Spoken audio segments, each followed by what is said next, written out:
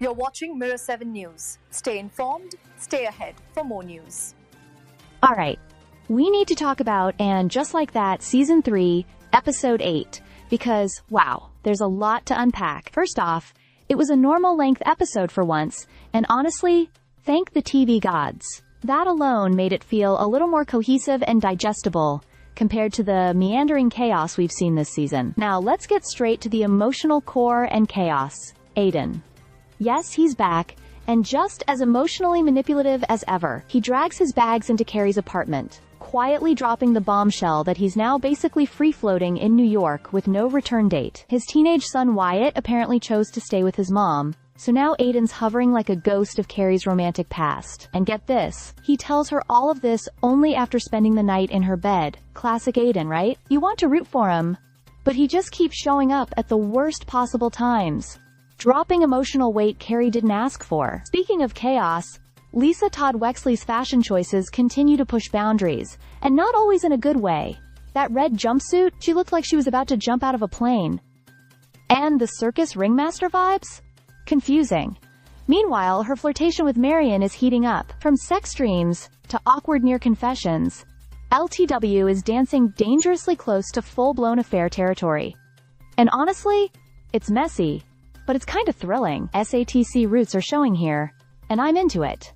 Miranda, on the other hand, is treading very dangerous waters. After an awkward run-in with Joy, who casually forgot Miranda is sober, we see Miranda wrestle with temptation. That scene where she takes the gin bottle out, smells it, pours a shot, then dumps it down the trash chute?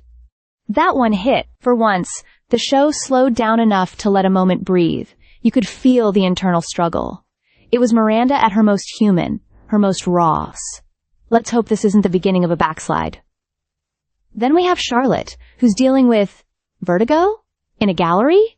On top of a Tracy Emin-style bed installation, no less. Her fall was perfectly timed to land on a prop condom because of course it was.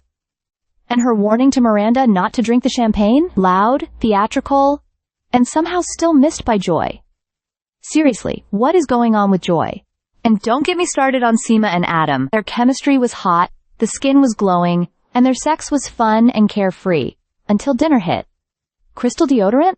Last name Karma? That ick came on fast and hard, and Seema was out of there before dessert. Also, I can't be the only one thinking, why does everyone in this show have a bizarre belt, or some overly symbolic piece of fashion now? But clothes are getting as confusing as the plot twists. Ultimately, this episode gave us a little bit of everything.